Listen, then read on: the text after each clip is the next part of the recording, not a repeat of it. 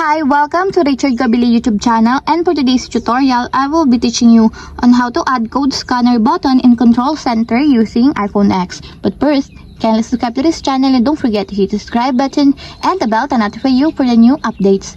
And let's start! Using your iPhone X, from your home screen first, go to Settings. Then in the settings, scroll down and find the control center, then tap.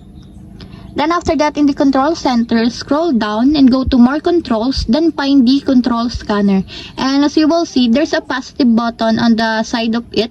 Then all you have to do is just tap until it appears on the included controls. And if you want to check it, if it's already in the control center, just drag down the right side of your screen. And as you will see that the code scanner button is already in your control center.